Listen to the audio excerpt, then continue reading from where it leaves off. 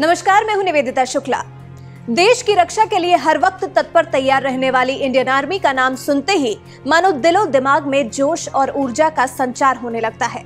आज है देश का 71वां आर्मी दिवस और देश है गर्व से सराबोर। प्रधानमंत्री नरेंद्र मोदी ने ट्विटर के जरिए सेना दिवस पर देशवासियों को बधाई दी और बताया कि कैसे सभी देशवासियों को अपने सैनिकों के दृढ़ संकल्प और समर्पण पर गर्व है। अपनी जान की परवाह किए बगैर हमेशा देश की सुरक्षा के लिए तैनात रहने वाली इंडियन आर्मी ने न जाने कितने ही खतरों से देश को बचाया है।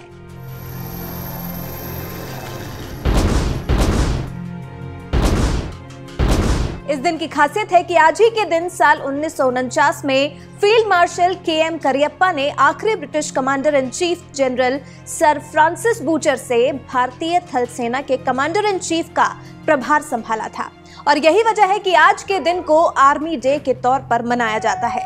इस दिन से जुड़ी कुछ और रोचक बातें आपको बताते हैं जिससे आपको पता चलेगा कि इंडियन आर्मी हमारे लिए क्यों जरूरी है, या यूं कहें कि बिना आर्मी के देश में सरवाइव करना हमारे लिए कितना मुश्किल हो सकता है, इसकी अहमियत कितनी ज्यादा है, आपको बताते हैं। साल 1776 में कोलकाता में ईस्ट इंडिया कंपनी सरकार के अधीन भारतीय सेना का गठन हुआ था। अभी देश भर में भारतीय सेना की 53 छावनियां और 9 आर्मी बेस हैं। भारतीय सेना में सैनिकों को अपनी मर्जी से शामिल होने की छूट होती है। इसके लिए कोई कंपल्शन नहीं होता। जो मां भारती की सेवा में खुद को न्यौछावर करने का दम रखते हैं, देश की सेवा करना चाहते हैं, वो अपनी इच्छा से आर्मी में शामिल हो सकते हैं। हालांकि हमारे संविधान में जबरन सेना में भर्ती का भी प्रावधान है, लेकिन भारतीय जज्बे के सामने देश के नागरिकों से सेना में शामिल होने के लिए कभी जबरदस्ती नहीं करनी पड़ी। सियाचिन ग्लेशियर दुनिया की सबसे ऊंची रणभूमि है, जो कि समुद्री तल से 5000 मीटर की ऊंचाई पर स्थित है। इस कड़ाके की ठंड में भी जहां ना तो पीने का पानी ठीक से मिल पाता है, ना ही खाने के लिए खाना, लेकिन जवानों का इस कड़ाके की ठंड में भी देश की रक्षा करने का जो जज्बा है वो काबिले तारीफ है। जवानों को ऐसे हालात में सरवाइव करने की ट्रेनिंग भी दी जाती है।